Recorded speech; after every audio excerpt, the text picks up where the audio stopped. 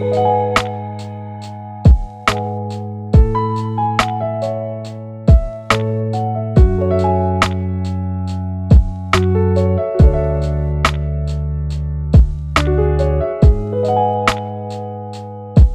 custo e resultado. E aí, a partir daí, eu tenho mais um segundo indicador. Se eu pegar o custo operacional que a gente acabou de falar, operacional efetivo, e adicionar mais dois fatores nessa conta do custo operacional, eu vou ter então o custo operacional total, que seria uma segunda análise, uma segunda forma de eu começar a enxergar meu resultado financeiro da minha empresa rural. Eu vou colocar aqui o meu prolabore, o produtor vai retirar também o teu salário, o rendimento, seja ele mensal ou anual, e as depreciações que eu tenho dentro da operação. Quando eu somo esses dois indicadores nos três anteriores, eu tenho o custo total. Se eu peguei a receita e abati do custo total, eu vou enxergar o outro número de lucro. E aí você começa a entender assim, você vai começar a ver que é confortável olhar para o custo operacional efetivo, porque às vezes ele não está trazendo algumas contas que eu não quero enxergar, que eu não quero ver. Aí você começa a achar que tem um determinado lucro. Quando eu começo a adicionar fatores que estão dentro do sistema produtivo e que muitas vezes não está contabilizado, ele começa a incomodar. Você começa a ver que o bolso, de certa forma, está diminuindo nesse sentido.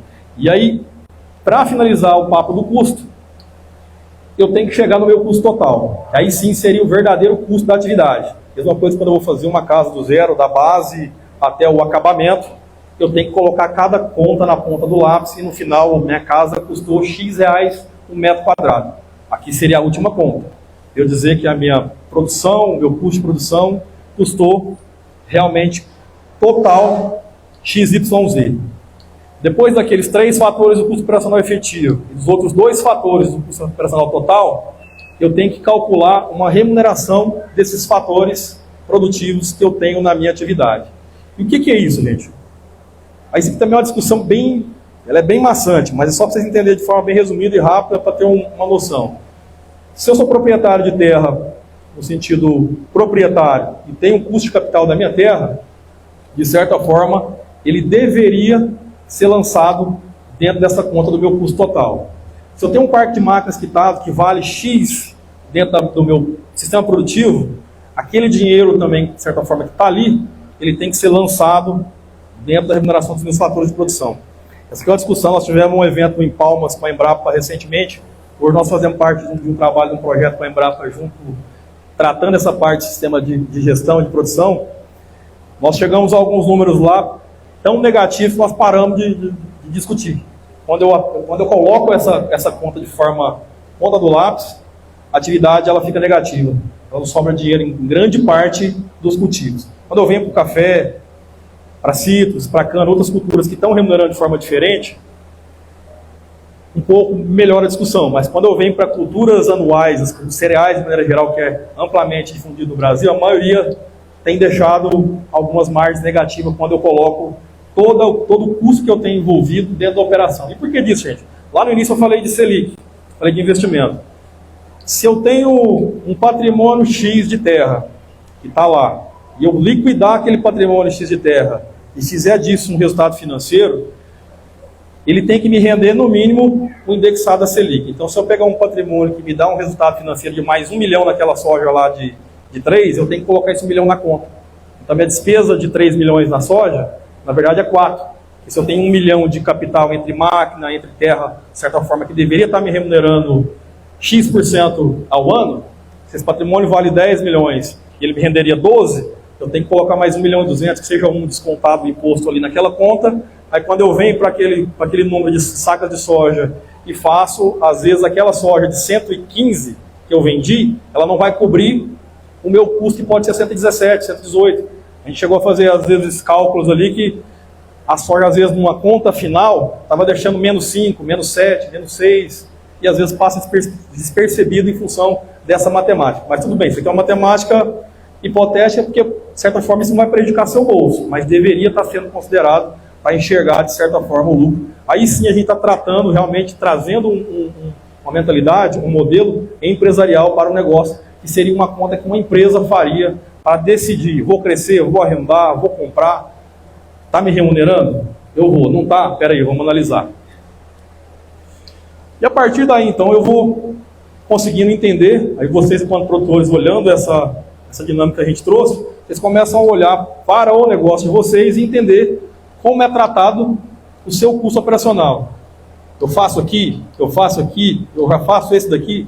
Então, de acordo, quanto mais eu vou caminhando aqui para o lado do custo total, a gente entende que a maturidade da gestão financeira deste negócio, ela está no nível, teoricamente, mais alto, em função da forma que eu olho para a minha gestão. E aí fica essa pergunta para cada um, de forma implícita mesmo, né? Como cada um de vocês tem feito a sua gestão. Então, depois fica aí um deverzinho de casa, no sentido de olhar e entender um pouco o que a gente falou, né? Se está conexo ou não. Pô, esse cara é louco, tá falando umas coisas aqui que eu acho que não faz sentido, mas vocês vão ver que no final faz. E para chegar nesse quadro, eu não poderia passar por ele sem ter explicado um pouquinho para vocês esses componentes do custo de produção. Por quê? Para a gente olhar para a atividade rural em situações econômico-financeiras, a gente tem hoje uma tese que seria essa daqui. Eu vou de lucro super normal até a atividade subsidiada. Eu vou passar rapidamente para vocês entenderem.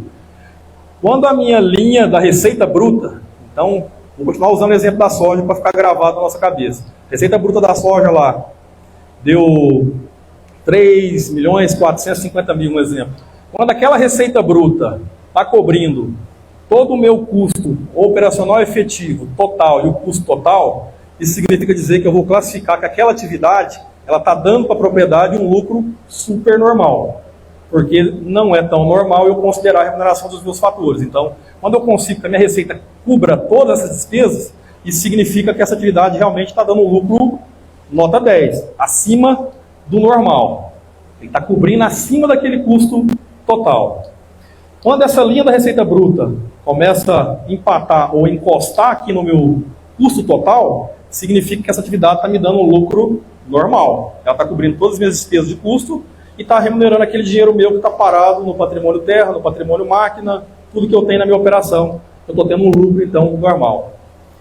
Se essa linha de corte vem e ela não cobre o meu custo total, mas ela está cobrindo o custo operacional total e o custo operacional efetivo, significa que eu posso estar numa atividade que pode me deixar num processo de descapitalização. Eu estou investindo todo ano num negócio, colocando um dinheiro ali, meu patrimônio está lá, só que o resultado financeiro dele não cobre todo o meu custo. Então isso a gente chama de processo de descapitalização. A forma mais grave é quando essa linha da receita bruta, que eu falei de vocês agora há pouco, até na soja teve isso também já, não cobre nem o operacional efetivo, que é aquele custo anual que eu tenho da atividade. Aí eu já chamo isso de atividade subsidiada. Isso significa dizer que, se não está cobrindo todos esses custos operacionais, o dinheiro tem que estar vindo de um outro local para subsidiar a atividade. Então, às vezes, seja de uma outra cultura, seja de uma outra empresa, seja de uma linha de financiamento que não está atrelada àquela safra, ela está sendo, às vezes, atrelada a uma outra safra para cobrir a despesa daquele ano. Então, essas são as principais formas que a gente tem dentro da gestão financeira do rural de classificar uma atividade. Tá? Também é uma tese bem antiga e também amplamente discutida aí quando a gente fala de gestão de números na atividade, para eu enxergar de fato o lucro verdadeiro da operação rural.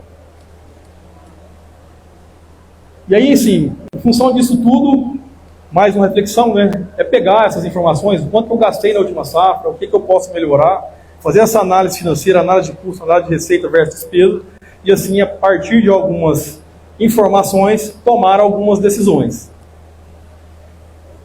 Que é algo também que a gente gosta de discutir bastante, né?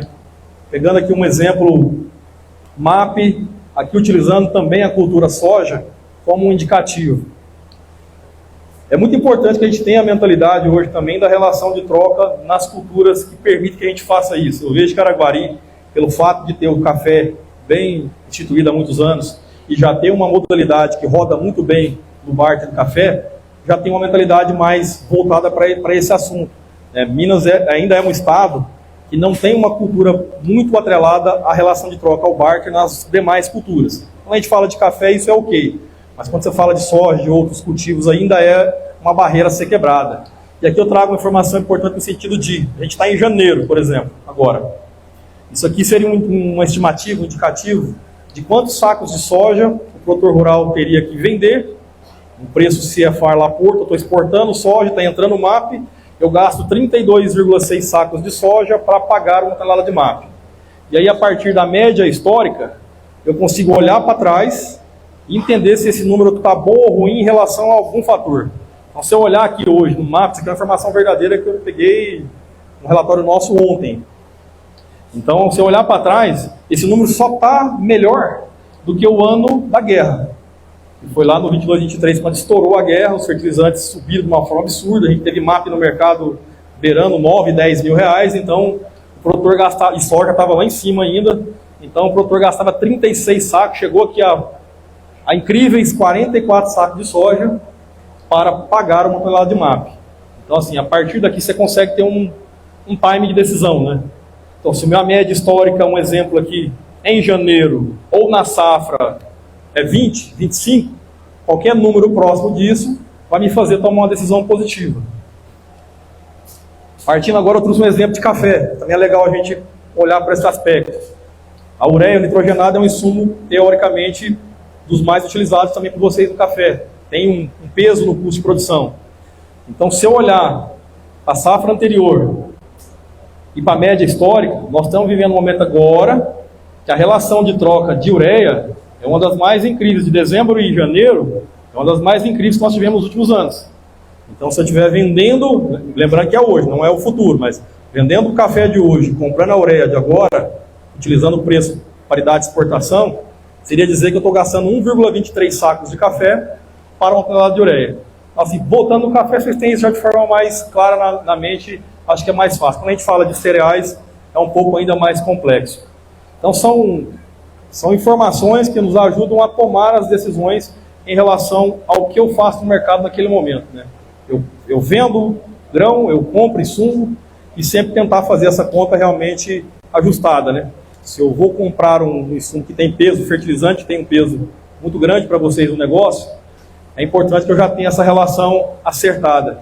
Por mais que às vezes eu não quero dispor do grão físico, hoje a gente tem operações que é possível você fazer uma operação de papel, segurar o grão físico, porque você tem às vezes uma expectativa que isso vai subir no futuro, mas amarrar o seu custo de produção.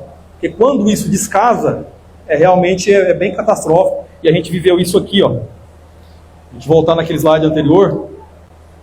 22, 23, gente. Principalmente em cereais. A gente estava falando disso ali um pouco antes de começar a palestra. A gente teve um problema muito sério em várias regiões do Brasil, nesses 2 anos aqui, do 22, 23, 23, 24, em função da não decisão em travar o custo de produção, no caso, principalmente de soja, né? Tinha muitas propriedades naquele momento, tinha um custo operacional efetivo ali de insumos e mais os demais fatores por volta de 40 sacos de soja, e não travou a soja. Quando chegou lá no abril do 23, foi vender soja no mercado físico, já colhendo, entregando, aquela relação de 40 sacos que pagava o operacional efetivo, ela já não pagava nem os insumos. Aí descolou, teve um número negativo em várias propriedades nesse sentido, isso desencadeou de lá para cá. Vocês vão ver que, se a gente olhar nos últimos 2 anos, os casos de recuperação judicial aumentaram muito no Brasil, principalmente em regiões de maior escala. Mato Grosso é onde puxa a fila disso, alguns casos em Goiás, muito por decisões que foram tomadas ali atrás de forma desconexa aí com o negócio. E aí, em tempos de mudança, a diferença entre sobreviver e prosperar está na maneira como você lidera essa propriedade. Gestão é o que transforma trabalho duro em resultados grandiosos. No campo, cada decisão é uma semente. Plante estratégia, vai colher sucesso. Aqui é uma frase que não tem erro. Então, olhando para tudo isso, a gente falou um pouco de alguns problemas, alguns aspectos, o que a gente pode, trazer para começar a olhar para isso de uma forma diferente. A gente fala que a gestão hoje ela tem para nós, nossa visão, um tripé, que é eu pegar dados, atrelar com processo, juntar com tecnologia, desse triângulo aqui sai para nós uma decisão. Então, como a gente tem a facilidade da tecnologia, consolido dados, dado gera uma informação, linko isso com um processo, eu consigo então tomar uma decisão mais racional e menos emocional. Porque no mundo dos negócios, gente, ninguém vai ter o devido sucesso longevo com decisão emocional. A decisão ela tem que ser racional e ela vem através de dado, processo, tecnologia e informação. E para vocês são inúmeras, né, decisões que têm que ser tomadas todos os dias, né? Quantas decisões do produtor rural vocês estão sentados na mesa aí tomam todos os dias, né? Quantos aspectos vocês têm que olhar e vem, né? Quantas decisões? Vou vender a produção hoje, amanhã, mês que vem, o café vai subir, vai cair, a soja vai subir, vai cair, o adubo sobe, o dólar, Selic, o governo. São inúmeras decisões. Então, para isso a gente brinca que o planejamento estratégico e a tomada de decisão, eles têm que andar alinhado. E é só uma passagem rápida, vocês não vão ver daí, mas aqui é um desenho que a gente fez também, de toda uma espécie de jornada do produtor, né? Para vocês saírem de um planejamento, passar pelo plantio, fazer o manejo, chegar na colheita, fechar a safra, a quantidade de caixinhas, que dentro de cada caixinha, a quantidade de decisões, de informações que eu tenho que tomar. E aqui também um fato importante, vocês são atendidos por várias empresas, sejam multinacionais, empresas locais. Hoje, basicamente, grande parte das empresas, elas têm suas estratégias desenhadas em cima de análise SWOT, planejamento estratégico, de vários modelos de negócio. A gente brinca muito isso, mas por que o produtor não pode fazer a SWOT dele? Por que o produtor não pode fazer o planejamento estratégico dele? Por que o produtor não pode fazer um PDCA para ele? Então, são coisas utilizadas aí no mundo dos negócios, no sentido empresarial, que a gente também pode trazer para dentro da propriedade e desenhar o que é força, o que é fraqueza, o câmbio, o fertilizante, a exposição que eu tenho, e desenhar um processo de proteção para o meu negócio. Um famoso PDCA, né? Vou planejar o que eu vou fazer aqui, testar, vou checar o resultado, e se alguma coisa não saiu como, vou agir em cima disso daqui. E aí, partindo para essas decisões, a gente vai ter aqui um nível de velocidade de decisão em função de como eu tenho informação. Então, se você é produtor rural e ainda está ali, talvez, numa fase antes da planilha, às vezes eu não tenho uma planilha de controle, eu ainda faço num caderno, você vai ter uma velocidade de decisão menor do que o cara que está na planilha. Se você já partiu com um sistema básico, um RPzinho de nuvem ali, que gera dados e informação, você vai ter uma velocidade de decisão maior do que o cara que está na planilha, do que o cara que está lá no papel. E aí eu chego num RP já mais moderno, e são coisas que às vezes você vai pegar um SLC, empresas que são listadas em bolsa, que tem auditoria, que tem que mostrar para o investidor que o negócio deixa dinheiro, aí ele vai ter uma velocidade de decisão ainda maior que quem está para trás. Então, só para mostrar que existem ferramentas de gestão, teoricamente até básicas, que vão ajudar vocês a tocar o negócio nesse sentido.